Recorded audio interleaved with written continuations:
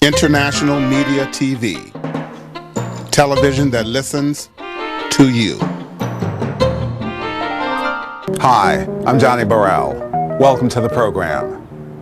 The San Francisco Black Film Festival.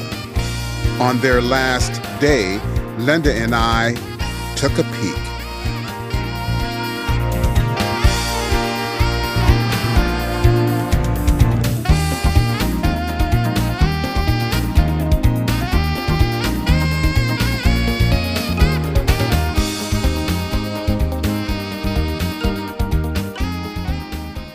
Hi, Renita. Thank you for speaking to us. So tell me about your background with the San Francisco Black Film Festival.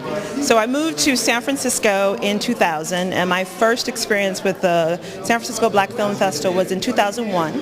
And I've missed a couple years, but I've been back almost every year, and every year it's an amazing experience. Wonderful films that tell our stories, and it's wonderful to see young people who look like me, who are out there doing amazing films, and I will definitely be back next year. Great. So what stood out for you today in the blocks of films that you saw? Definitely the film about Harlem and the changes that are happening in Harlem, and the Q&A to speak to the filmmaker and ask her questions about her experience, and for people in the audience to talk about our experience here in San Francisco and how it's becoming an expensive place to live for people of color, for working people, for middle class people. So the film just brought up a lot of issues that a lot of cities in the country are experiencing right now with the high cost of rent and being able to live in a city. So it was a really great film, and I enjoyed the Q&A, and everyone in the audience got involved in the Q&A, and the director was just, she was amazing. That's great. I met the director, and I'm looking forward to seeing her film. So tell me about the young Oscar Michaud. You saw that as well, right? What did you think of that? That was wonderful, and I really want to thank the filmmaker for educating me. I am embarrassed to say I did not know who he was, and so I learned something today. As soon as I get home, I'm going on the internet and learning as much as I can and buying any books I can find about him and telling everyone I know that this amazing black man made films about black experience in that period of silent films. I had no idea. So that's what I love about this festival. Every time I come here, I learn something new about our contributions to the film industry and our contributions to American history. So I will be back next year, as I said. I'm with Douglas Rainey, and he's going to tell us about history of the Black Filmmakers Hall of Fame. Okay, thank you. I'm always happy to talk about the Black Filmmakers Hall of Fame. For those who don't know, the Black Filmmakers Hall of Fame was started in Oakland by the Cultural and Ethnic Affairs Guild at the Oakland Museum. They wanted to honor black filmmakers. They had previously honored others, like scientists and other people in other industries. So they chose to honor black filmmakers in 1974. The name, the Oscar Michaud Awards, came out of, I believe Sonny Buxton was one that coined the term, but from 74 through 78, they put on the award show at the Oakland Paramount Theater. All the stars came, and I do mean all of them. It was intended to be a one-time event, but because of the impact on the corporate community, the business community, the social community, and the stars, everybody came. I mean, they just came over and over and over. They sold tables the day before. And what year was that when it started? 1974. 74. And so in 1978, some of the founding members left the museum and started a nonprofit organization, Black Filmmakers Hall of Fame Incorporated. I became part of that group. I was an attorney. I was working with Kaiser Aluminum.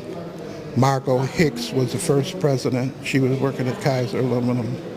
And so Kaiser was very supportive, as was Clorox. One of our board members, another attorney, worked for Clorox. Mary Smith was one of the founding members from the Cultural and Ethnic Affairs Guild, who came along with the nonprofit.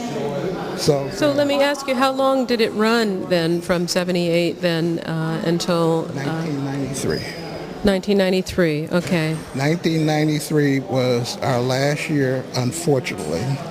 What happened is that we were lucky enough to always be able to get sponsors for the weekend programs, which included a Black Film Festival at various venues all around the Bay Area, and it always included a dinner. But we were able to bring in sponsors. Uniworld, a black advertising agency in New York, brought AT&T and Kodak and Walt Disney as sponsors. And so they put a syndicated program together for television from 89, 90, 91, and 92. In fact, they have the videotapes that are converted to DVD of those actual awards programs. And in 93, we wanted to be on national television. They wanted us to be on national television. So we turned it over to them to produce the show for the national television audience. Unfortunately, they were not able to get the kind of response that they had hoped. The stars always came voluntarily. We never paid anybody. They always came when it was in Black History Month in February as volunteers. We were a totally volunteer organization, but 93, we couldn't produce the show. They couldn't produce the show. And so I remember it very well, actually. I used to go to Oakland when it was happening. I moved out in 81, and I used to go to it from the time I moved out to the Bay Area. Now, tell me about the archives. So here in the screening room that we use we're at the Jazz Heritage Center in the lobby of Yoshi's, and the screening room is part of the Jazz Heritage Center in the San Francisco Black Film Festival. The panels that are around the room, tell us how those happened. Well, as you probably recall, I ran into you at the, what is it called? What is that place called? It's AMLO, the African American Museum and Library in Oakland, yes. I ran into you. And we didn't know each other. I didn't know you from Adam. We were the only two people in the building for some reason. It was a Milton Bowen exhibit, actually, as I recall. We were roaming around in there all by ourselves. And what I was doing is I was looking for a place to exhibit all the photographs and memorabilia that I have, because as chairperson of the publicity and press, I made it a point to collect all the photographs when the photographers took the pictures. I bought them from, or sometimes they gave them to me. And I also collected all the press materials. So Lena Horne had passed. And we were talking. She had just passed, actually. It was just passed. And I had the good fortune of meeting her and giving her award when she appeared at Pell Joey over here in San Francisco at the Orpheum. She was not able to come to the awards program in 75 when she was inducted. So myself and another board member presented her with her award. So you were talking about the fact that the center here had just given a tribute to her, and I said that I had all these pictures that I wanted to display somewhere, and so you invited me to come over here and meet the director at the time. Yes, Peter Fitzsimmons. And so we somehow, within a matter of a couple of weeks, put these pictures and many more panels, because they were all in the lobby. They were throughout the lobby here. And so what you have in the media center is just what survived. But it's actually, we want you to come back, Douglas, and walk us through some of those panels, because that's history, and you can see everyone who came from Lena Horne to Sidney Poitier to Van Peebles to everybody. I know, it's just a piece of it, but it's so fascinating to look at those. So we do want to have you come back and do that. And I do want to. I'm still trying to get it displayed. I'm looking to the internet at this point as a place to put the stuff Well, up. why don't we save that for part 2, okay? And we'll have you come back and we'll have you walk us through the panels and we'll talk about the future of that exhibit. I always like talking about the Black Filmmakers Hall of Fame. It's always like seeing you too. It's great to see you. Thank you so much, Douglas. Take care. I'm with Courtney, who plays the mom of the young Oscar Michaud. So tell me how you got involved with the project. Well, actually, Linda, the project was put on SF Casting by Dr. Walker, and I think that's where she got all of the actors from. And in it, she gave a really wonderful description of the project. And for me, I had heard of Oscar Michaud before. I had heard of Oscar Michaud before. My parents were involved with a film festival when I was young. I love film. So for me, once I read just the brief paragraph, I Googled just to make sure that was exactly what it was about. And then I was like, oh, if I could be involved with this, I would just be honored. Mm-hmm. So then I got called for the interview. I couldn't believe it. I made it through the audition. And then when I met Jamie, and then it's really interesting because she has this very sort of quiet thunder about her. And so as I'm talking to her, and then she's like, and I was like, oh, I'm never going to make it. And then at the end, she goes, I like you. And then I was like, I made it. So So you were getting no feedback, but it was like, okay. And I guess as a relatively new actress, right? This was your first acting. Oh, this was my first film. Yeah, oh, totally, whatever. I just started acting probably about, well, no, of course I've been acting all my life, but I had just started this transition in my career probably about maybe 6 months prior to, no, not even that, maybe just even, I did maybe about 3 months of just really bad auditions where I would go in and then I'd leave and I was like, oh, there's no way they're going to call you back. And then after that, I started to do better and I got on the horse. And then when I got called, I was just truly excited about this project, so. Well, it was a blessing to connect with it, timing, luck, or whatever the thing is. You did a marvelous job as the mom. How did you prepare for the role? Well, there's just so many ways, when you hear Oscar Michaud's story, and I don't know how many actors do research, don't do research, but then specifically, here's this young African-American man who is trying to live this dream at a time when we didn't really have dreams. That wasn't possible. So, and he's burgeoning ahead. He's involved in stepping in areas that he has we can't say no business stepping into, but at that time they were just taboo. So then specifically when I found out about the mom, the mother and father's relationship was very interesting. So the mom was more educated than the father.